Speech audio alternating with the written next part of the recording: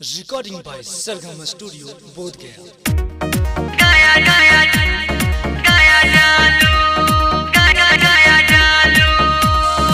Music director Dharmendra music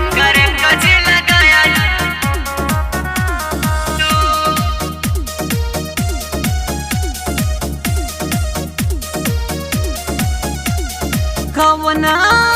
अरे कवना समुन से नहालू करे कजी लगाया जालू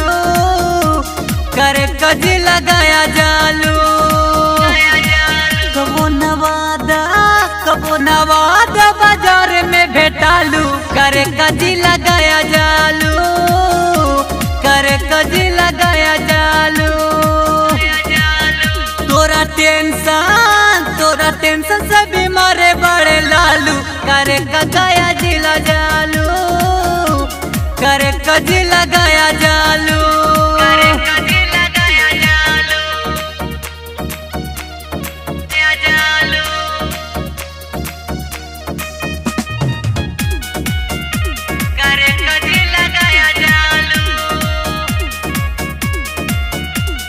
पटना हो पागल बाटे हो लागल बाटे कि तोहरा थी जवाब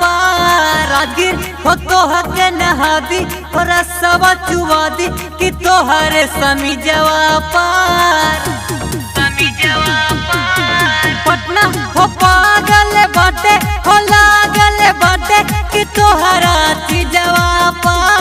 रागिर तोह के नहादी हो रसवा चुवादी गोरी तो समी जवाब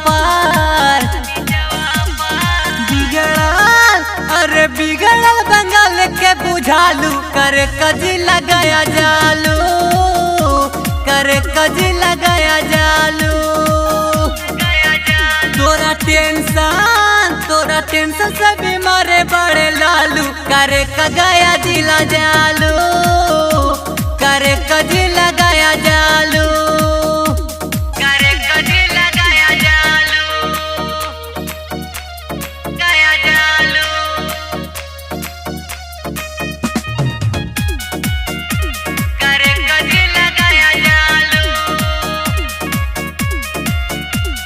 गैलू ककोलत घूमे ओके करक चूमे प्रसादी बट दिहलू अमरजीत गुड पावन प्रदीप के डांट दिहलू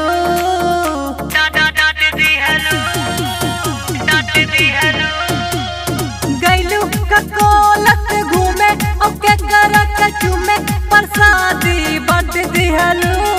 गुड पावन प्रदीप के काहे डांट दिहलू गाया बोध गाया में बना तारू चालू कखरे जिला गया जालू करे कगाया जिला जालू तोरा टेंशन से बीमारे बड़े लालू करे कगाया जिला जालू करे कजी लगाया जालू Recording by Sargama Studio, Bodh Gaya.